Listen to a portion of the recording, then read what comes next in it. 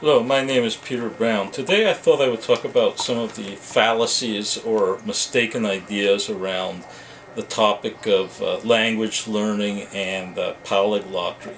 These are just some of the fallacies or mistaken ideas. First of all, we have this notion, which is very, very common here in southern Texas, that it's extremely hard to learn another language. That's one of the most exceedingly difficult task is to learn a foreign language. Well, this is not at all true. This is a totally erroneous idea. Learning a language is no more difficult than learning any other complex skill, or is no more difficult than acquiring any other complex set of knowledge, be that the laws of genetics or biochemistry, or even things which are much more simple, like playing the piano. There's really that's very much a fallacy. I don't know if it's just coming from mental laziness or where exactly that notion is coming from. Related to that notion is the idea that language learning is painful. I don't find it painful. I can find it intensely pleasurable, and I experienced no pain when I was learning Spanish. Very quickly I was at a point where I got an A+ in advanced Spanish grammar. There was no pain leading to that. It was I mainly had fun learning Spanish.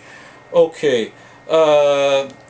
Another mistaken idea is that to possess a fragmentary knowledge of a language has no real value, and that only full possession is valuable. This is, for me, is most clearly a fallacy, and of course it would be much better to be fluent. I wouldn't deny that being fluent is going to take you to far more places, but a fragmentary knowledge of a language can lead to a lot of enjoyment of the language. I just think of the enjoyment I derive now from watching movies in the Mandarin Chinese and in Russian and being able to understand at least half of what they're saying. For me, that takes me to an entirely different dimension. There's so much more there with that 50%. Than there would be with just having subtitles or something dubbed. So this idea that fragmentary knowledge is not valuable is highly mistaken. Then we have the idea that having one's lines in a foreign language is much more authentic than reading off of a paper, that somehow someone reading off of a paper doesn't really possess the language. Well, this is obviously false, because many actors can learn lines in a foreign language, even with an almost impeccable pronunciation, and not have the slightest idea what they're saying, and yet they have those lines well memorized. So if I read something in Portuguese with a good pronunciation off of a piece of paper, why isn't that even more authentic? Because I even understand what I'm reading. This is such a silly and stupid notion, but it's very widespread. Thirdly, the idea of a facility for language learning. People always say that, oh, well, you have this facility for language learning. Well, there is no such thing. I think facility is born of enthusiasm more than anything else. Then we have the notion that people that are polyglots or are into this thing of polyglottery are doing it out of personal vanity.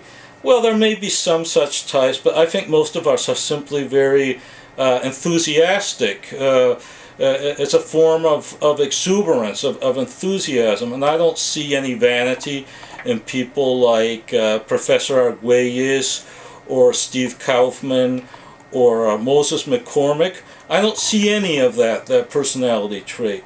I see them as people who are simply very enthusiastic about languages. So this notion of vanity is also quite stupid. Then we have the idea that it's always better to do things in your native language, that it's easier to learn other languages through your native language, and then There's people that tell me that English is such a clear language. Well, it's not. We have all these, the word kind, for instance, is actually not one word, it's several words, and if you see kind out of context, what does it mean? In Spanish it's quite clear. There's a difference between especie and amable, you know right away. And then the word seal, which is not even a phonetic spelling, but it's exactly the same spelling for two entirely different things. Something you stamp on a document, and an aquatic mammal, and yet they're spelled exactly the same way. Is this a clear language? In Spanish, you have entirely different words. The sea mammal is a foca, and the thing you stamp on the paper is a sello. So why shouldn't I study Russian for the medium of Spanish and not for the medium of English? Okay, those are just, well, I have one more.